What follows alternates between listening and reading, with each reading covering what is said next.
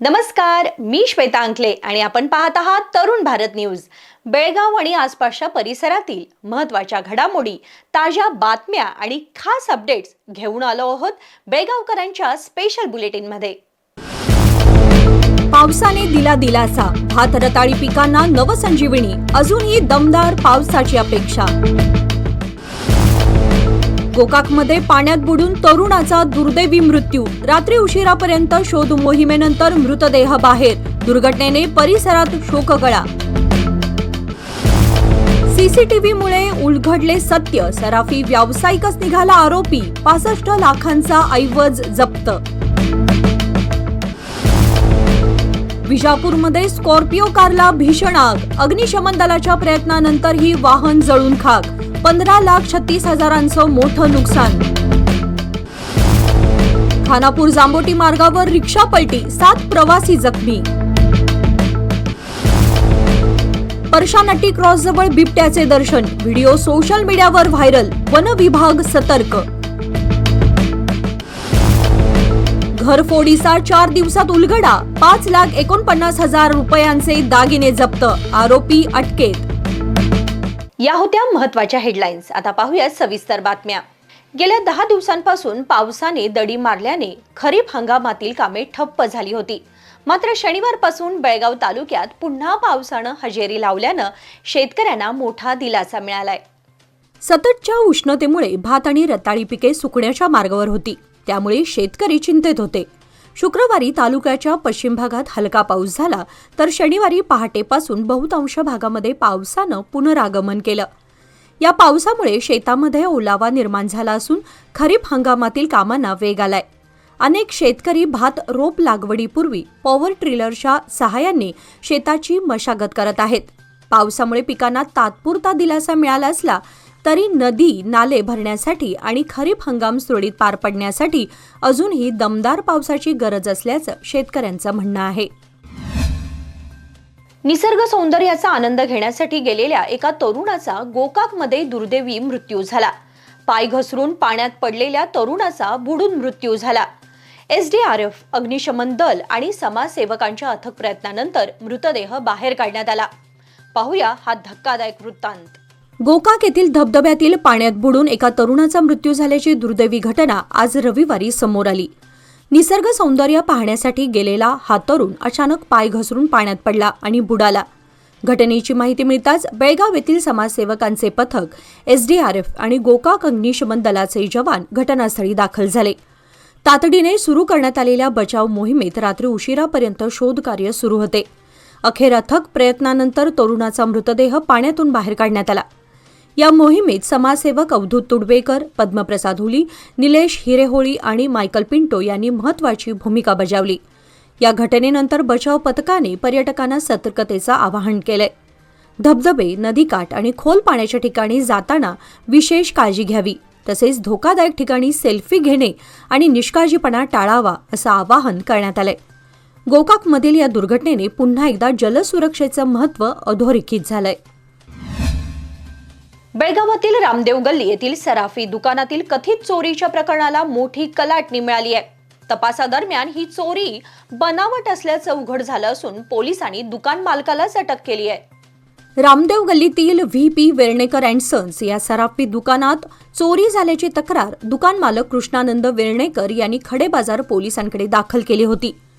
तक्रारीनुसार मोठ्या प्रमाणात सोन्या चांदीचे दागिने आणि रोख रक्कम चोरीला गेल्याचं सांगण्यात आलं होतं। घटनास्थळी पाहणी आणि सीसीटीव्ही फुटेजची तपासणी केल्यानंतर पोलिसांना दुकान मालकांवरच संशय आला। चौकशी दरम्यान कृष्णानंद वेर्णेकर यांनीच दुकानातील दागिने आणि रोकड स्वतः काढून दुचाकीच्या डिक्कीत ठेवल्याची कबुली दिली। पोलिसांनी त्यांच्या ताब्यातून सुमारे 65,95,000 रुपयांचा ऐवज जप्त केलाय। यामध्ये 519 ग्रॅम सोने, 31 ग्रॅम चांदी आणि 2,83,010 रुपये रोख रकमेचा समावेश आहे। या प्रकरणी खडेबाजार पोलिसांनी कृष्णानंद वेर्णेकर यांना अटक केली असून पुढील तपास सुरू आहे। विजापूर शहराजवळील सोलापूर राष्ट्रीय महामार्गावर उभे असलेल्या एका स्कॉर्पिओ कारला अचानक आग लागून ती पूर्णपणे जळून खाक झाली आहे। या आगीमध्ये वाहनाचे सुमारे 15,36,000 रुपयांचं नुकसान झाल्याचा अंदाज व्यक्त करण्यात आलाय। विजापूर शहराजवळील मानस गंगोत्री शाळेसमोर शनिवारी ही घटना घडली. तिडगुंदी गावातील देवदास जाधव यांच्या मालकीची KA29MA5444 क्रमांकाची स्कॉर्पिओ कार रस्त्याच्या कडेला उभी होती. यावेळी अचानक कारने पेट घेतला आणि काही वेळातच आगीने रौद्र रूप धारण केलं. घटनेची माहिती मिळताच अग्निशमन दलाचे कर्मचारी घटनास्थळी दाखल झाले आणि त्यांनी आग नियंत्रणात आणली. मात्र तोपर्यंत कार पूर्णपणे जळून खाक झाली होती. या घटनेत सुमारे 15,36,000 रुपयांचं नुकसान झाल्याचा प्राथमिक अंदाज आहे. दरम्यान आगीचं नेमकं कारण अद्याप समोर आलेलं नाही. संबंधित अधिकारी या प्रकरणाचा तपास करत आहेत. खानापूर जांबोटी मार्गावर शनाया गार्डनजवळ प्रवासी रिक्षा पलटी होऊन 7 जण जखमी झाल्याची घटना शनिवारी सायंकाळी घडली आहे. जखमींवर खानापूर ग्रामीण रुग्णालयात प्राथमिक उपचार करण्यात आले. खानापूर येथील नाईक गल्लीतील काही नागरिक नातेवाईकांच्या अंत्यविधीसाठी आंबोली येथे प्रवासी रिक्षातून जात असताना शनाया गार्डनजवळ चालकाचं वाहनावरील नियंत्रण सुटलं. त्यामुळे रिक्षा रस्त्याच्या कडेला जाऊन झुडपात पलटी झाली. या अपघातात यल्लव्वा नाईक, केंचव्वा नाईक, बसव्वा नाईक, महादेवी देसूरकर, दुर्गव्वा देसूरकर, शांता देसूरकर आणि रुद्राप्पा नाईक हे जखमी झाले. सर्वांना तातडीने खानापूर ग्रामीण रुग्णालयात दाखल करण्यात आले. प्राथमिक उपचारानंतर 5 जणांना घरी सोडण्यात आले, तर बसवा नाईक आणि केंचव्वा नाईक यांच्यासह अधिक उपचाराची गरज असलेल्या जखमींना पुढील तपासणीसाठी बेळगाव येथील बिम्स रुग्णालयात हलवण्यात आले. सर्व जखमींची प्रकृती धोक्याबाहेर असल्याची माहिती डॉक्टरांनी दिली आहे. सुतगट्टी घाटाजवळील परशानट्टी क्रॉस परिसरात काल शनिवारी रात्री बिबट्या दिसून आला. यामुळे भीतीचं वातावरण पसरलं आहे. हुक्केरी तालुक्यात बिबट्याच्या दर्शनाने खळबळ उडाली असून भीतीचं वातावरण पसरलंय. मुख्य रस्त्याच्या कडेला बसलेल्या बिबट्याचं दृश्य काही तरुणांनी मोबाईल कॅमेऱ्यात कैद केलं असून हा व्हिडिओ सोशल मीडियावर मोठ्या प्रमाणात व्हायरल होतोय. हुक्केरी तालुक्यात यापूर्वीही बिबट्याचा वावर आढळून आला होता. मावनूर परिसरात वन विभागाने बिबट्याच्या हालचालींची पुष्टी केली होती. बिबट्याच्या भीतीमुळे स्थानिक नागरिकांमध्ये दहशतीचं वातावरण निर्माण झालं असून वन विभागानं तातडीने शोध मोहीम राबवून बिबट्याला पकडावं अशी मागणी ग्रामस्थांकडून केली जात आहे. दरम्यान वन विभाग आणि पोलिसांनी रात्रीच्या वेळी प्रवास करणाऱ्या नागरिकांना सतर्क राहण्याचं आवाहन केलंय. बैलहोंगल तालुक्यात दिवसा ढवळ्या झालेल्या घरफोडीच्या गुन्ह्याचा पोलिसांनी अवघ्या 4 दिवसात उलगडा केला. या प्रकरणी एका आरोपीला अटक करून चोरीस गेलेले सोन्याचे दागिने जप्त करण्यात आलेत.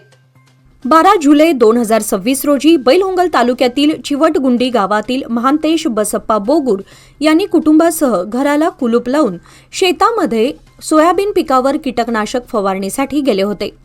त्याचवेळी अज्ञात चोरट्याने घराचे कुलूप तोडून घरात प्रवेश केला आणि कपाटातील 58 ग्रॅम वजनाचे 5,49,000 रुपये किमतीचे सोन्याचे दागिने तसेच 48,000 रुपयांची रोख रक्कम चोरून नेली.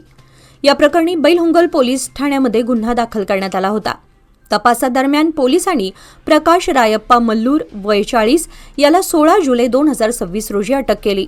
आरोपीकडून चोरीतील 5,49,000 रुपये किमतीचे 58 ग्रॅम सोन्याचे दागिने जप्त करण्यात आले आहेत. आरोपीला न्यायालयासमोर हजर करून न्यायालयीन कोठडीत पाठवण्यात आले. या गुन्ह्याचा यशस्वी उलगडा करणाऱ्या बैलहोंगल पोलीस पथकाचे बेळगाव जिल्हा पोलीस अधीक्षक आणि अतिरिक्त पोलीस अधीक्षक यांनी अभिनंदन केले. बेळगावात अत्याधुनिक वैद्यकीय सेवांसाठी आता विश्वासाचं नाव विजया दक्षता हॉस्पिटल. 24 तास अतिदक्षता विभाग, जनरल मेडिसिन, सर्जरी, डायलिसिस, प्रसूती सेवा, बालरोग, अस्थिरोग, न्यूरोलॉजी, कॅन्सर सर्जरी आणि अनेक सुपर स्पेशालिटी सुविधा सर्व एकाच ठिकाणी.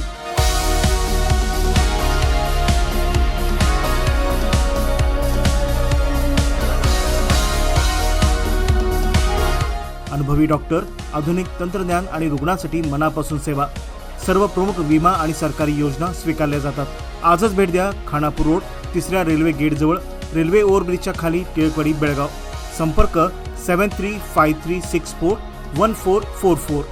विजया दक्षता हॉस्पिटल, आपल्या आरोग्याची दक्ष काळजी. कॅम्प बंगलो एरियामध्ये विनापरवाना बांधकामाला सुरुवात करण्यात आली आहे. तसेच याच बंगलोमध्ये एक प्री प्रायमरी शाळा देखील चालवली जात असतानाही कॅन्टोन्मेंट अधिकाऱ्यांचे दुर्लक्ष होत आहे. कॅन्टोन्मेंटमध्ये बांधकाम करताना कॅन्टोन्मेंट प्रशासन तसेच DEO कार्यालयाची परवानगी लागत असते. परंतु कोणतीही परवानगी न घेता बांधकाम सुरू ठेवण्यात आल्यानं संबंधितांवर कारवाई केव्हा होणार हे पाहावं लागणार आहे. बेळगाव कॅन्टोन्मेंट हद्द ही संरक्षण मंत्रालयाच्या अखत्यारीत येते. या ठिकाणी कोणतेही विकासकाम करताना त्याची पूर्व परवानगी घेणं आवश्यक असतं. बंगलो एरियामध्ये नव्याने बांधकाम करताना कॅन्टोन्मेंट कार्यालयाकडे परवानगीचा अर्ज पाठवावा लागतो. तो अर्ज DO कार्यालयाकडे गेल्यानंतर परवानगी दिली जाते. परंतु सध्या बंगलोमध्ये विनापरवाना बांधकाम होत असल्याचं निदर्शनास आलंय. याबाबत सुधीर तुपेकर यांनी कॅन्टोन्मेंट कार्यालयाकडे तक्रार दाखल केली आहे. रायबागमध्ये 15 जून 2026 रोजी रायबाग येथील मुधोळ हॉस्पिटल रोडवर एका वृद्ध महिलेला बनावट सोन्याची साखळी देण्याचा आमिष दाखवून तिच्या गळ्यातील 10 ग्रॅम वजनाची अस्सल सोन्याची बोरमाळ फसवणुकीने घेऊन आरोपी पसार झाले होते. या प्रकरणी रायबाग पोलीस ठाण्यात गुन्हा दाखल करण्यात आला होता. त्यानंतर बेळगाव जिल्हा पोलीस अधीक्षक यांच्या मार्गदर्शनाखाली स्थापन करण्यात आलेल्या विशेष पथकाने तपास करून दावणगेरे जिल्ह्यातील चन्नगिरी तालुक्यातील चिक्कबेण्णूर येथील नागम्मा गिड्डप्पा वय 71 आणि जय पुट्टप्पा गिड्डप्पा वय 39 या 2 आरोपींना अटक केली. आरोपींकडून 1,40,000 रुपये किमतीचे 10 ग्रॅम वजनाची अस्सल सोन्याची बोरमाळ जप्त करण्यात आली आहे. या आंतरजिल्हा टोळीचा छडा लावणाऱ्या पोलीस पथकाचे बेळगाव जिल्हा पोलीस अधीक्षकांनी कौतुक केलं असून पुढील तपास रायबाग पोलीस करत आहेत. राज्यभरातील अपात्र BPL शिधापत्रिका धारकांची छाननी वेगाने सुरू असून पात्रता नसलेल्या लाभार्थ्यांच्या BPL कार्डांचे APL मध्ये रूपांतर करण्यात येत आहे. आतापर्यंत 4,32,295 लाभार्थ्यांच्या शिधापत्रिकांमध्ये बदल करण्यात आलाय. केंद्र सरकारने राज्यातील 7,76,000 संशयित अपात्र BPL शिधापत्रिका ओळखल्या आहेत. त्यापैकी सुमारे 50% शिधापत्रिकांची पडताळणी पूर्ण करून आवश्यक सुधारणा करण्यात आली आहे. उर्वरित प्रकरणांवरही लवकरच निर्णय घेऊन कार्यवाही केली जाणार आहे. BPL योजनेचा लाभ केवळ आर्थिकदृष्ट्या पात्र आणि गरजू नागरिकांनाच मिळावा यासाठी ही तपासणी मोहीम राबवण्यात येत आहे. अपात्र लाभार्थ्यांची शिधापत्रिका APL मध्ये वर्ग करण्यात येणार आहे. कारवार जिल्ह्यातील कुमटा येथे मोठी दुर्घटना टळली आहे. कर्नाटक पब्लिक स्कूलजवळ डोंगराचा काही भाग आणि मोठी दगडी दरड कोसळली. मात्र शाळा प्रशासनाने वेळीच खबरदारी घेत वर्गखोल्या रिकाम्या केल्याने कोणतीही जीवितहानी झाली नाही.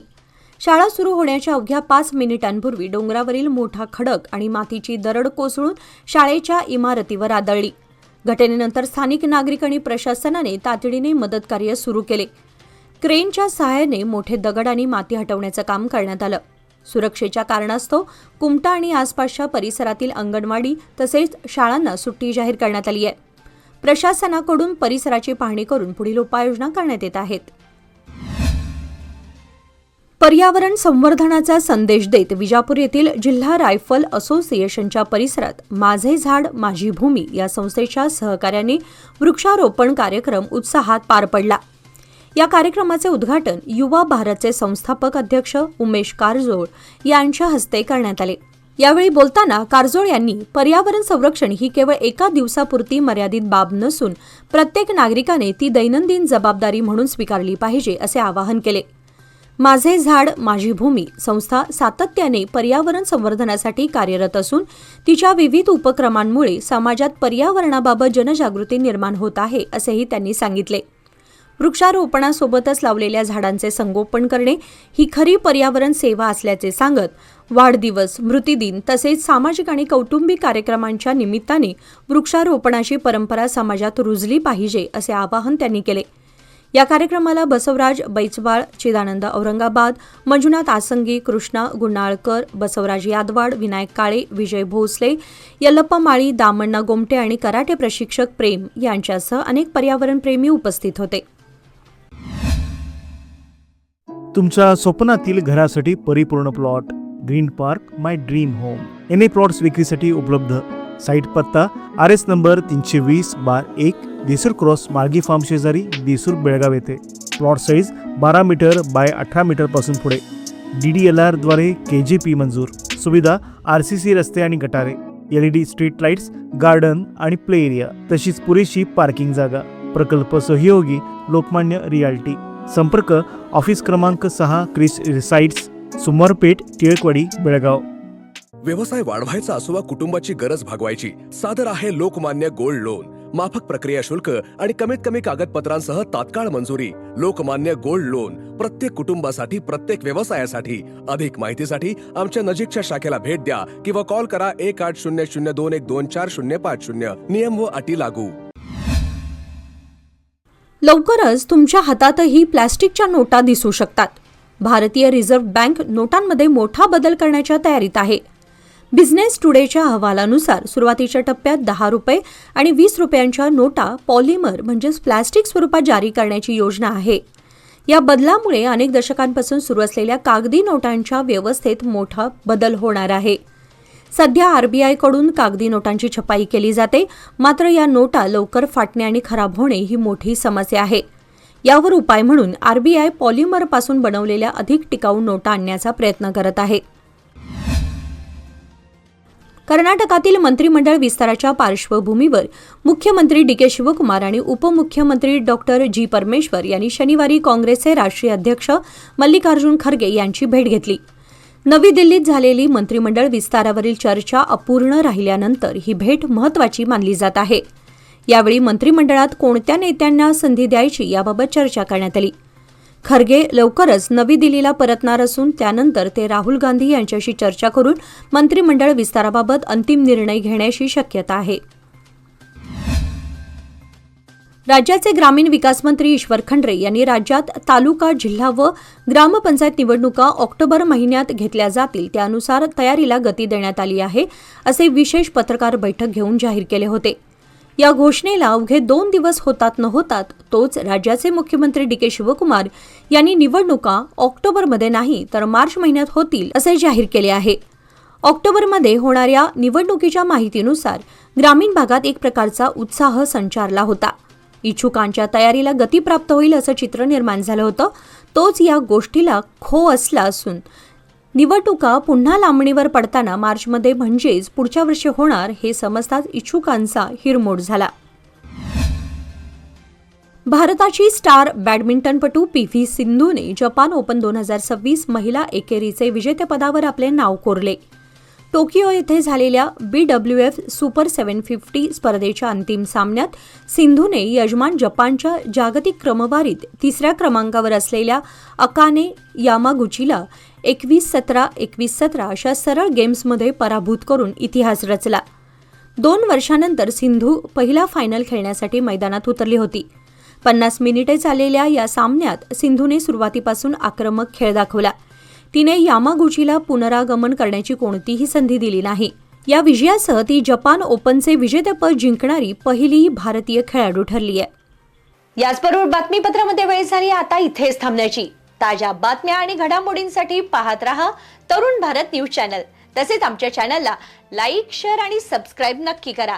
आणि विश्वासार्ह बातम्यांसाठी दररोज वाचा दैनिक तरुण भारत. धन्यवाद.